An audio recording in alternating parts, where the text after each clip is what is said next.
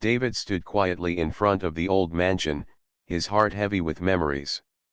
The tall iron gates creaked as he pushed them open.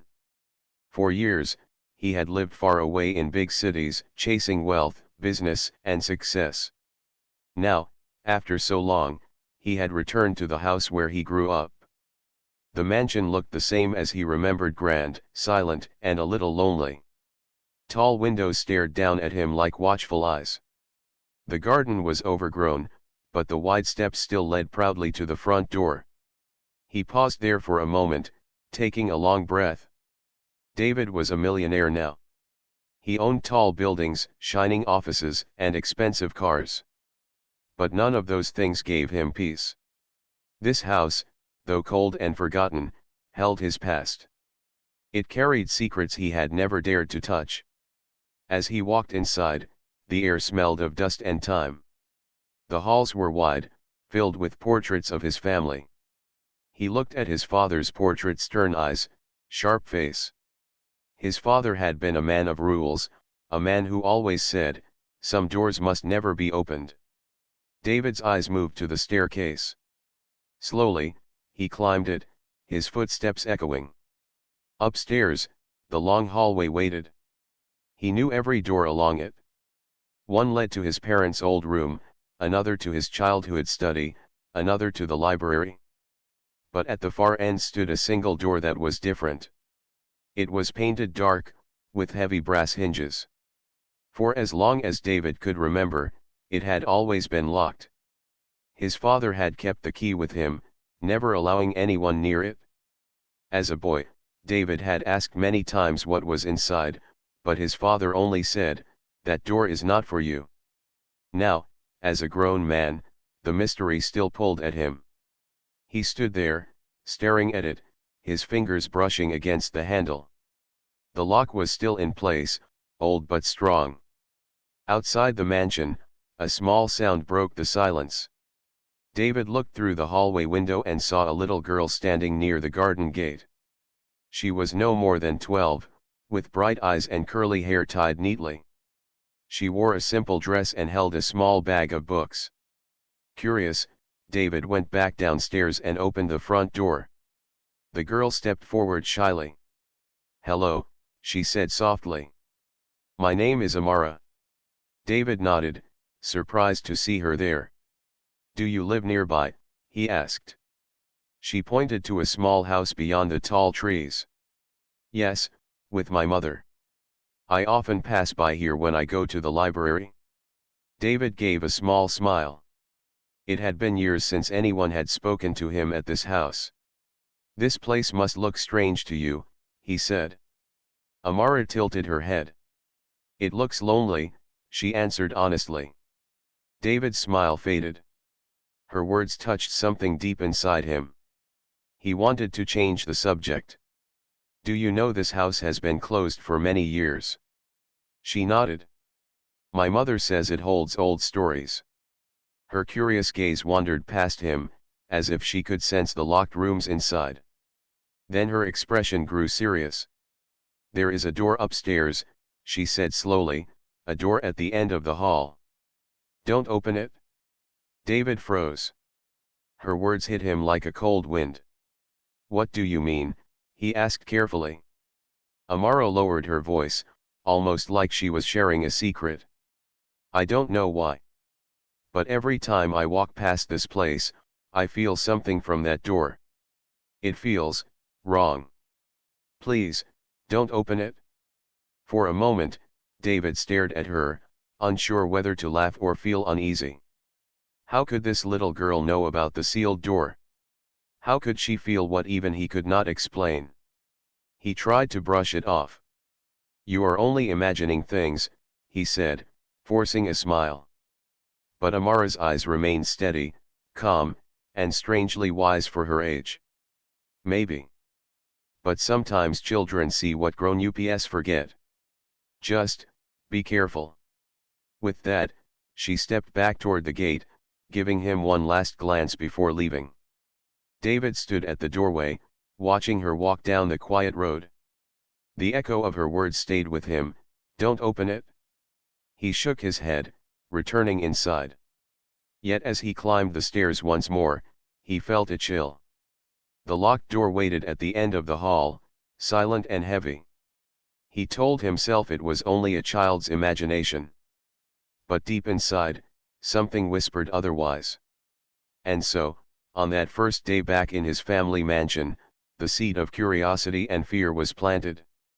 David could not know then that the warning of a young girl, simple, gentle, and serious, would change his life forever. The mansion was quiet after Amara left. David closed the door and leaned against it for a moment. Her words echoed in his mind, "Don't open it." It seemed strange that a child who barely knew him, who had never stepped inside this house, spoke about the sealed door with such certainty. He tried to dismiss it, yet the uneasiness stayed. David walked slowly through the halls, brushing his fingers across the old wooden walls.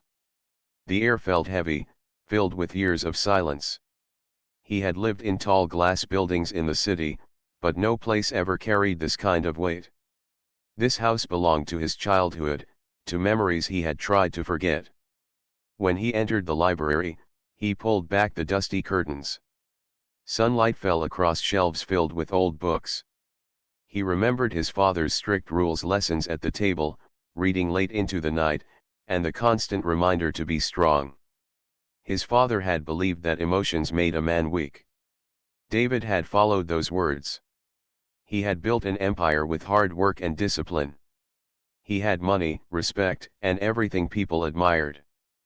But when night came, when the offices closed and the lights of the city dimmed, loneliness followed him like a shadow.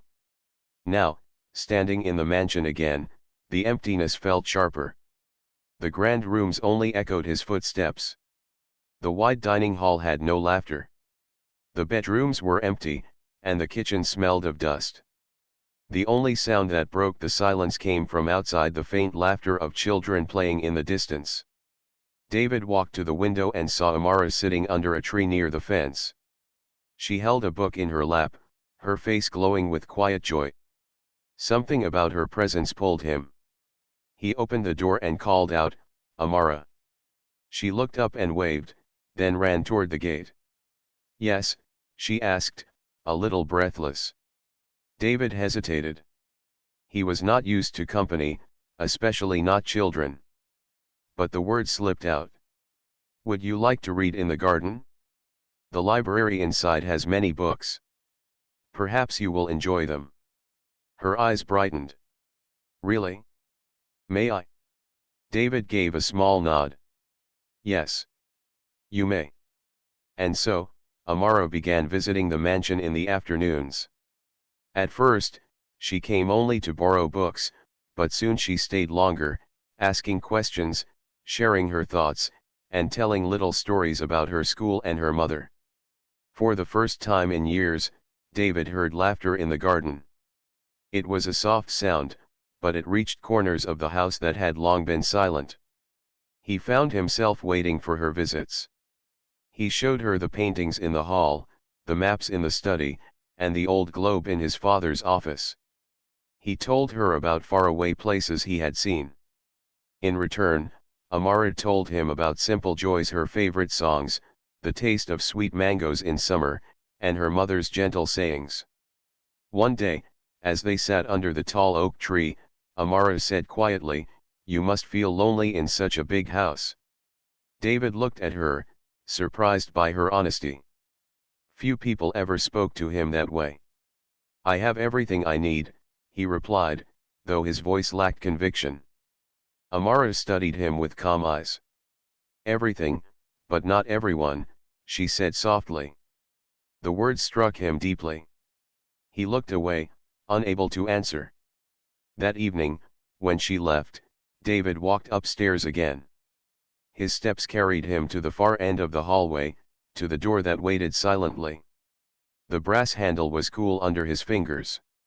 He stared at it for a long time, remembering Amara's warning.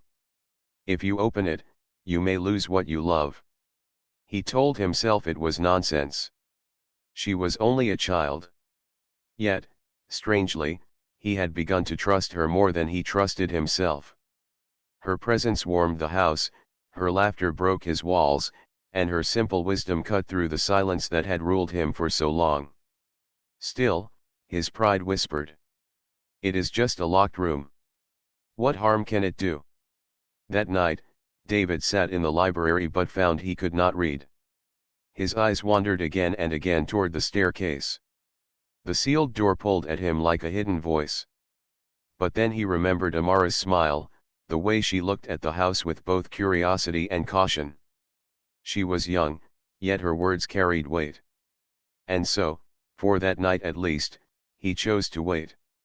The mansion remained quiet, holding its secrets. David sat by the window, looking out at the moonlit garden. He realized something he had never admitted to himself before. He was a man surrounded by riches, but in truth, he was the poorest of all because he had no one to share them with. And for the first time, he wondered if the little girl who warned him might not just be saving him from a door, but from the loneliness inside his own heart. The days slipped by gently, and the mansion no longer felt as empty as before. Amara's visits brought new light into David's life. Her soft footsteps on the stone path, her cheerful greetings at the gate, and her laughter in the garden slowly broke the silence that had ruled his home for so many years. Every afternoon, she came carrying a small bag of books, though most of the time she set them aside. She preferred to explore the house with curious eyes, asking questions about every corner. David found himself answering patiently, sometimes even smiling at her endless wonder. "This place is like a storybook," Amara said one day as they stood in the great hall. Her eyes moved from the tall chandelier to the wide staircase. "It feels grand, but also quiet, like it has been waiting for someone to tell its story." David paused. He had always seen the mansion as heavy, filled with memories he wished to escape. But hearing her words, he looked at it differently. Perhaps it had been waiting not for him, but for laughter, for warmth, for something as simple as her voice. In the library, David showed her old maps. "This is where I traveled when I was younger," he explained, pointing to faraway lands. "I visited tall mountains and wide deserts, great seas, and crowded cities."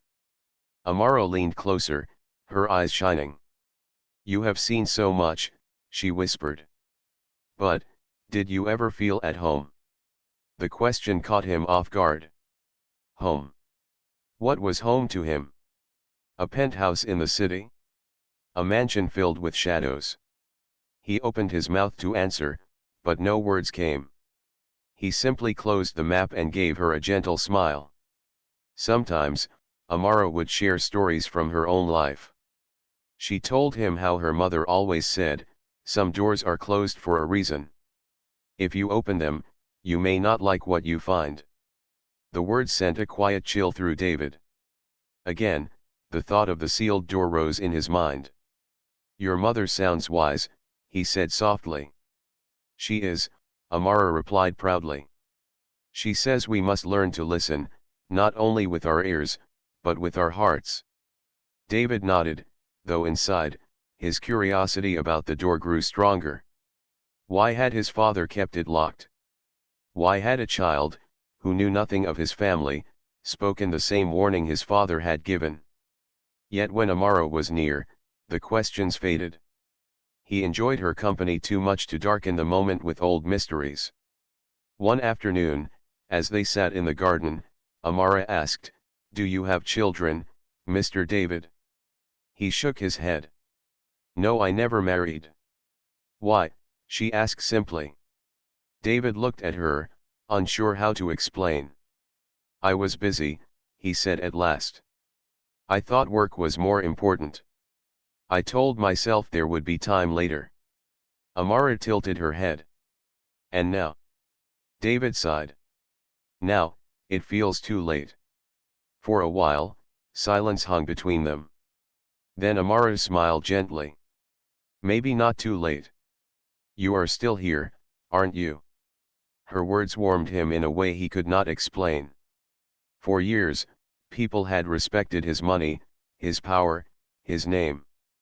But this child respected something else: his presence, his time, his listening. That evening, when she left, David walked back upstairs.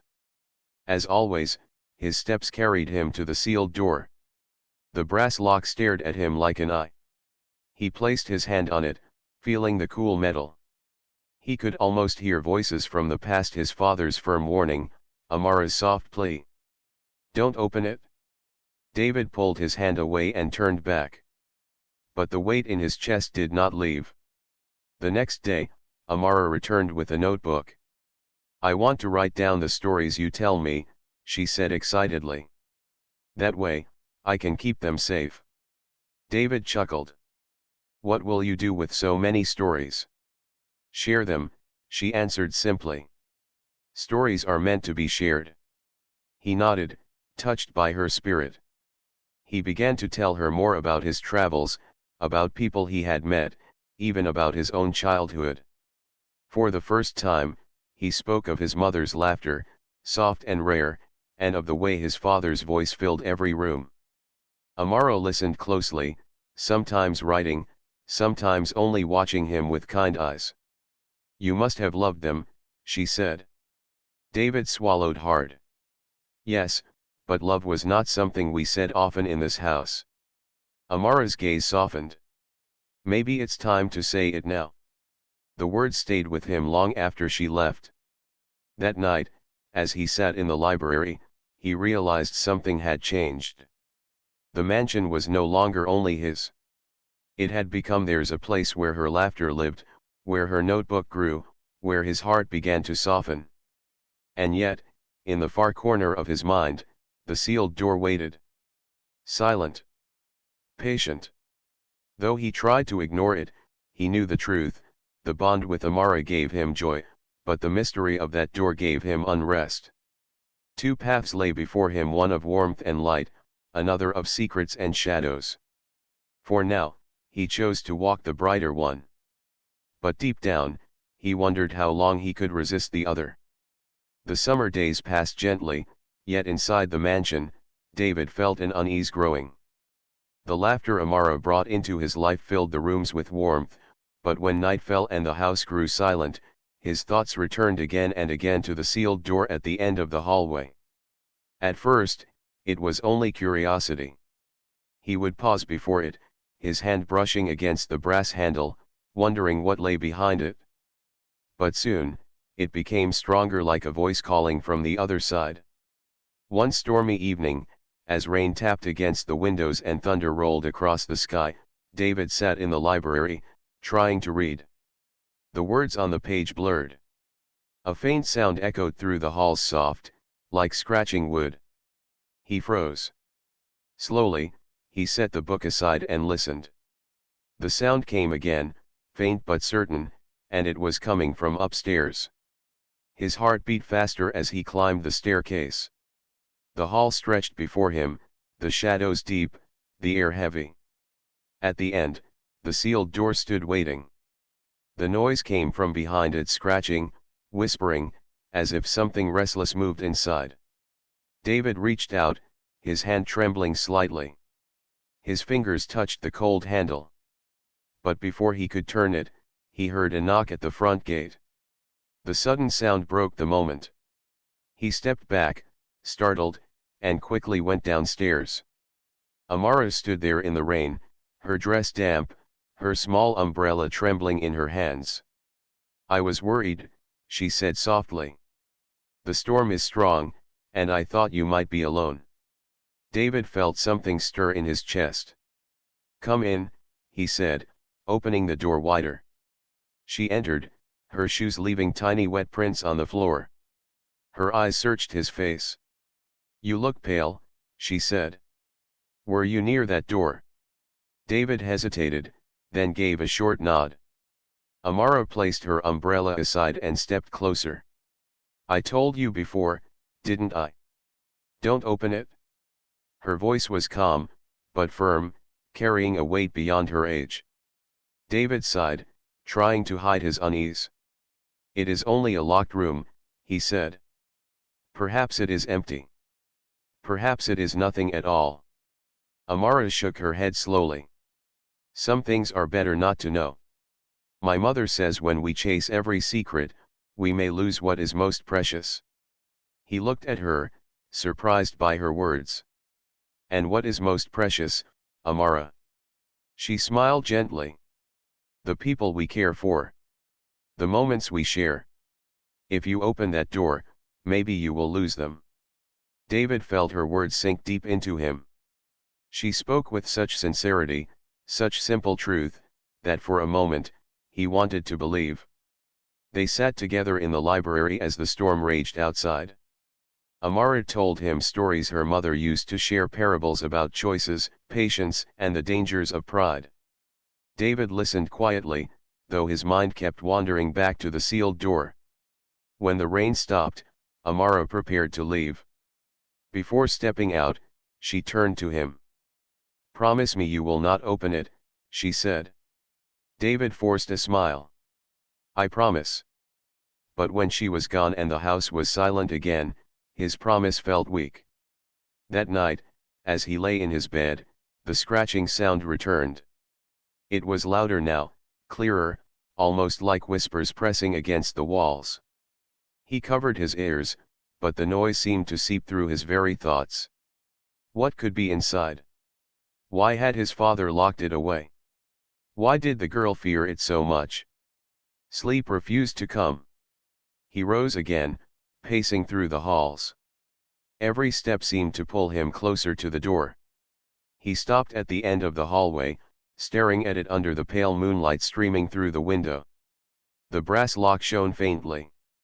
The whispers seemed to grow stronger the longer he stood there. His hand trembled as he reached for the handle. His heart pounded.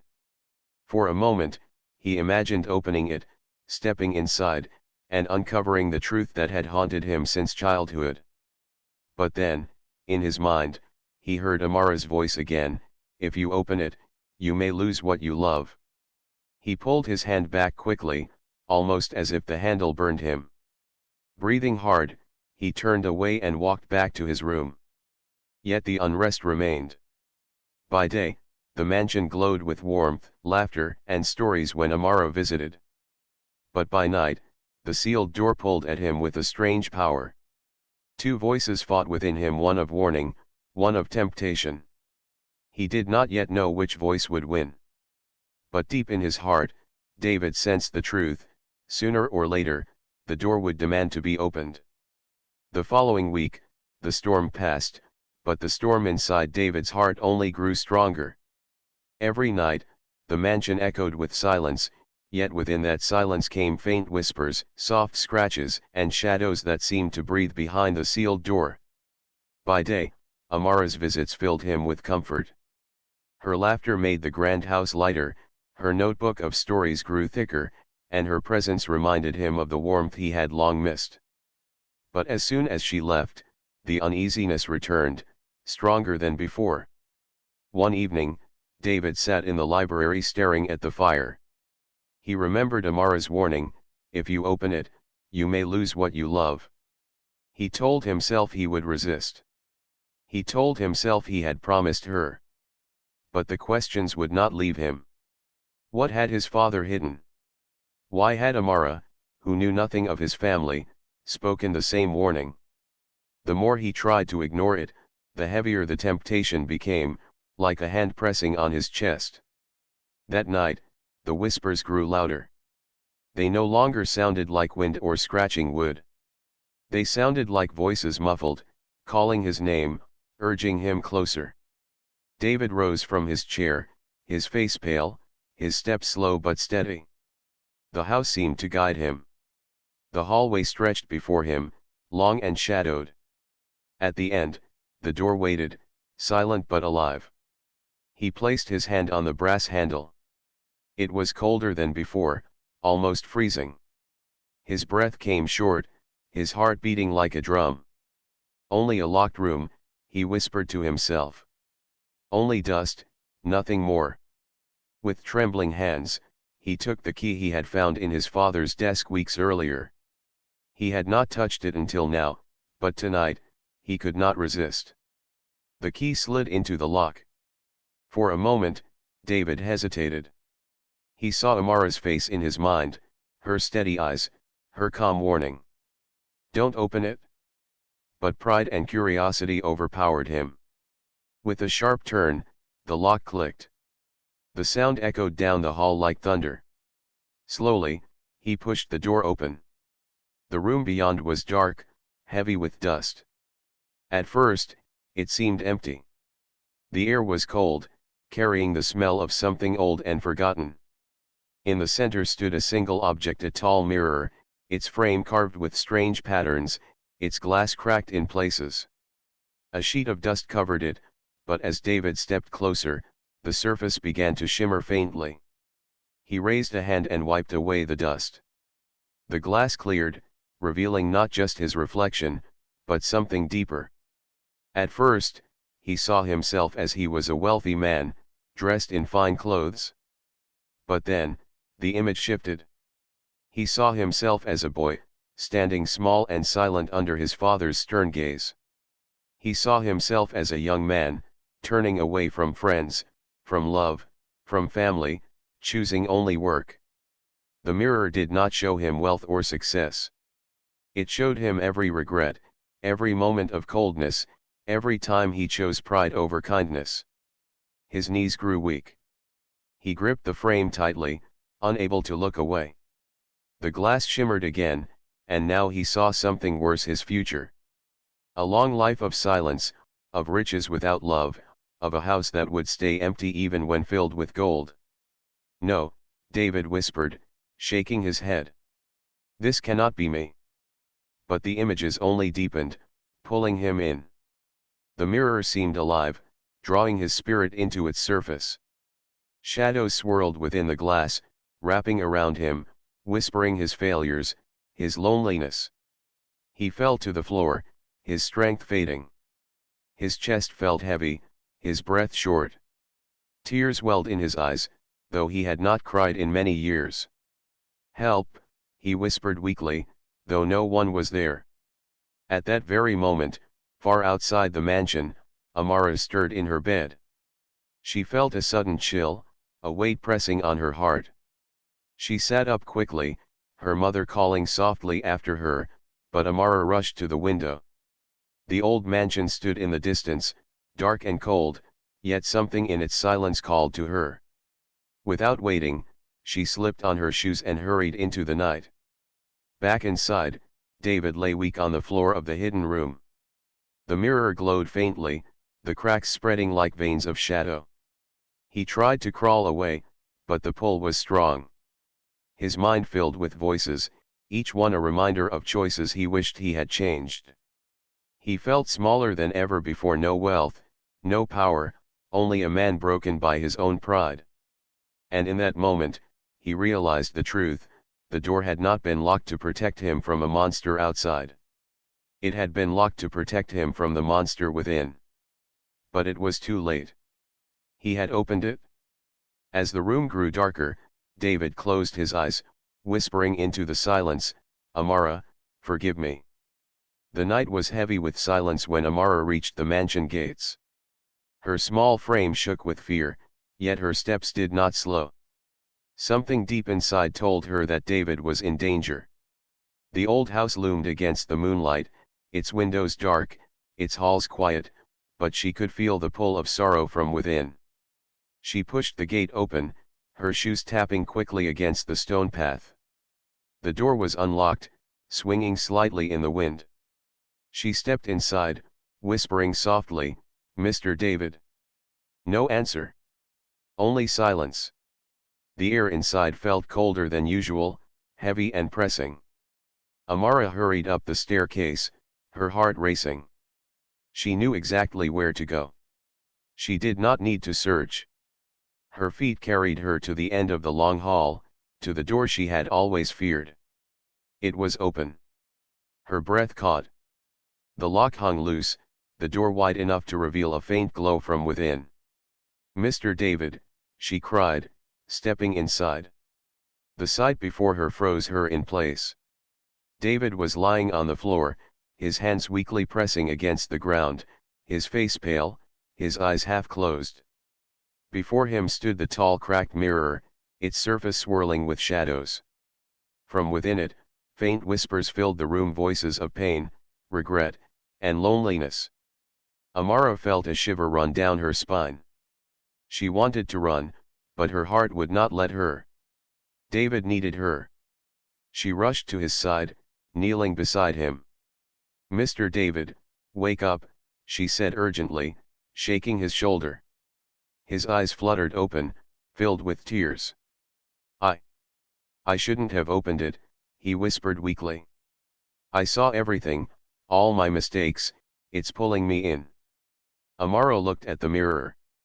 Its surface glowed faintly, and for a moment, she saw what he had seen: his lonely face, his empty house, his life filled with shadows instead of joy. Her small hands trembled, but she placed one firmly on his arm.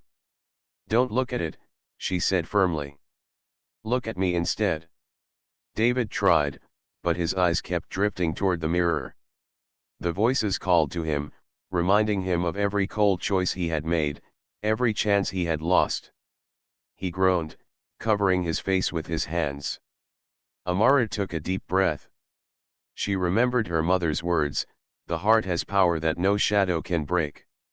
Leaning close, she whispered, "You are not what the mirror shows. You are not only your mistakes. You are more than your past. You are here now, and you can choose again." Her voice was soft but steady, filled with belief. David's trembling slowed. His tears spilled freely, but his breathing grew steadier. For years, he had carried his father's harsh words, his own pride, and his loneliness like heavy chains. Now, in this moment, the simple voice of a child cut through all of it. The shadows in the mirror swirled faster, as if resisting her words. The glass cracked louder, its surface rippling like water.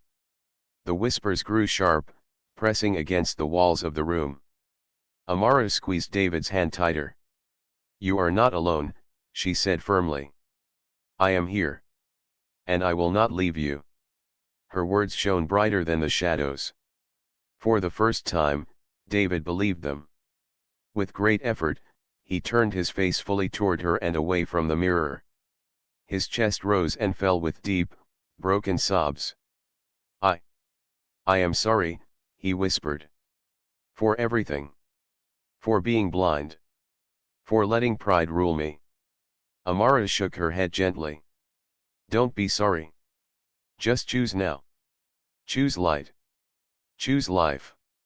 Choose love." The mirror trembled violently, its cracks spreading until they covered the entire surface. The whispers turned into a roar, then broke suddenly into silence.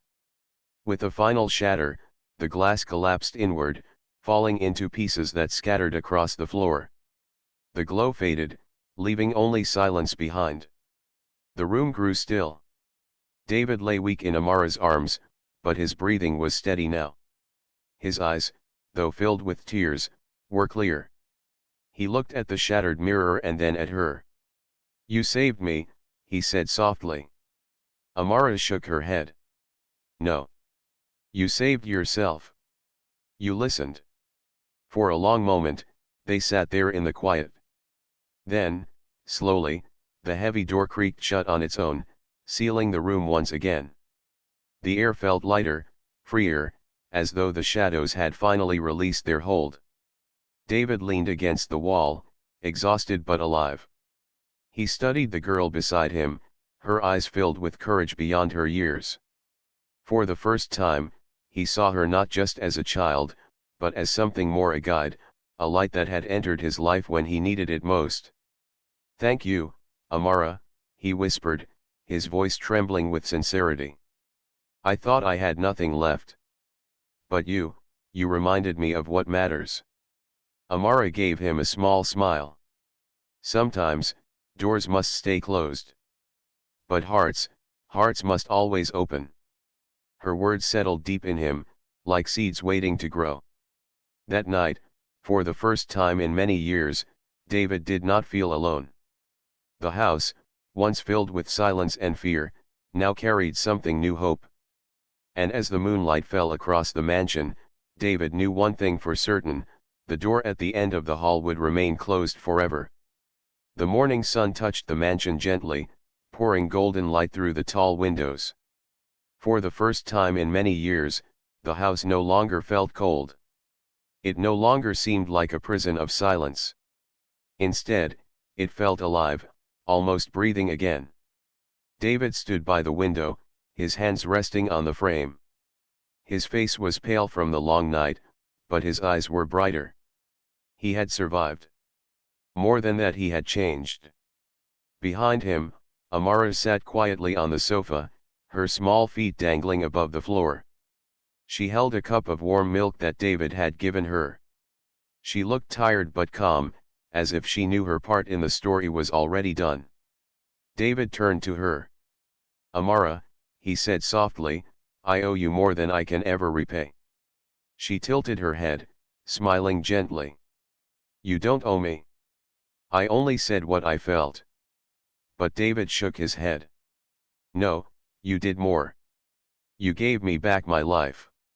You showed me what I could not see." His voice trembled as he spoke, but there was strength in it too.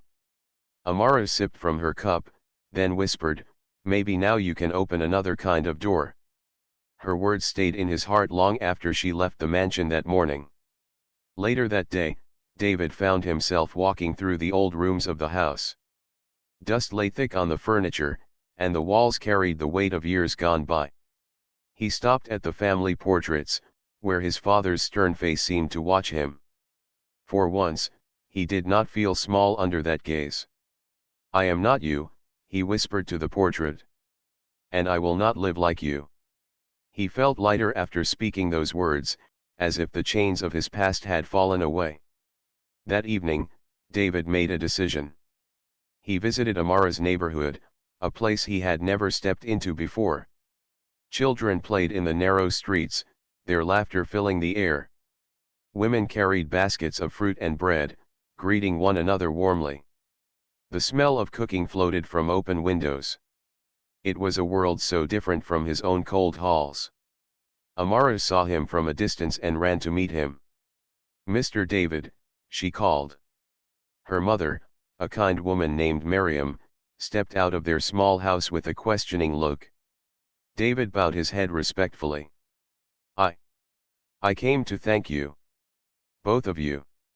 Your daughter saved me." Miriam's eyes softened as she listened.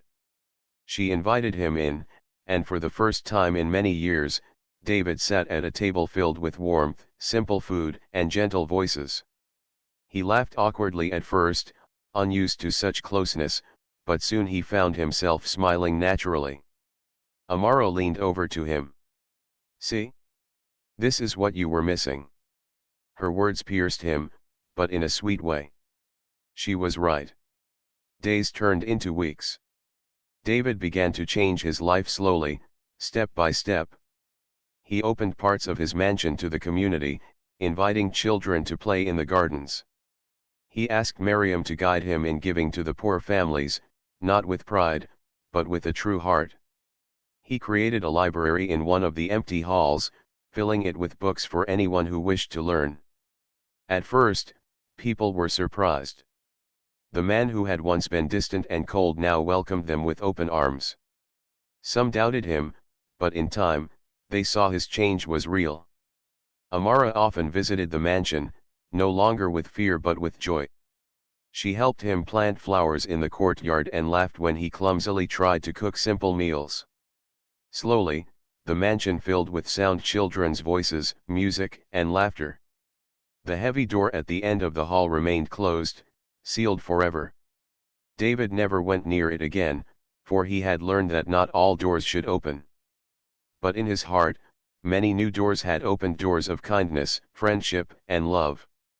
One quiet evening, David sat on the balcony with Amara and Miriam. The stars shone brightly above, and the air was calm. "Do you know what I realized?" David said softly. Amara looked up at him. "What?"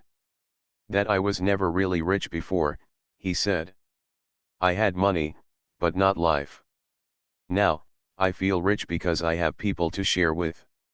Miriam smiled gently. "Wealth is not in gold. It is in the heart that gives." Amaro leaned against the railing, her eyes shining. And now your heart is open. David felt tears rise in his eyes, but they were no longer tears of sorrow. They were tears of joy, of release. He had found what he had been missing all his life. From that day on, the mansion was no longer feared. It became a place of welcome, a place of hope. Travelers stopped by, children studied there, and families gathered for celebrations. People began to call it the House of Light. And in the center of it all was David, no longer the lonely millionaire, but a man reborn, walking with a child who had taught him the greatest lesson of all, that some doors must remain closed, but others, the doors of the heart, must always stay open.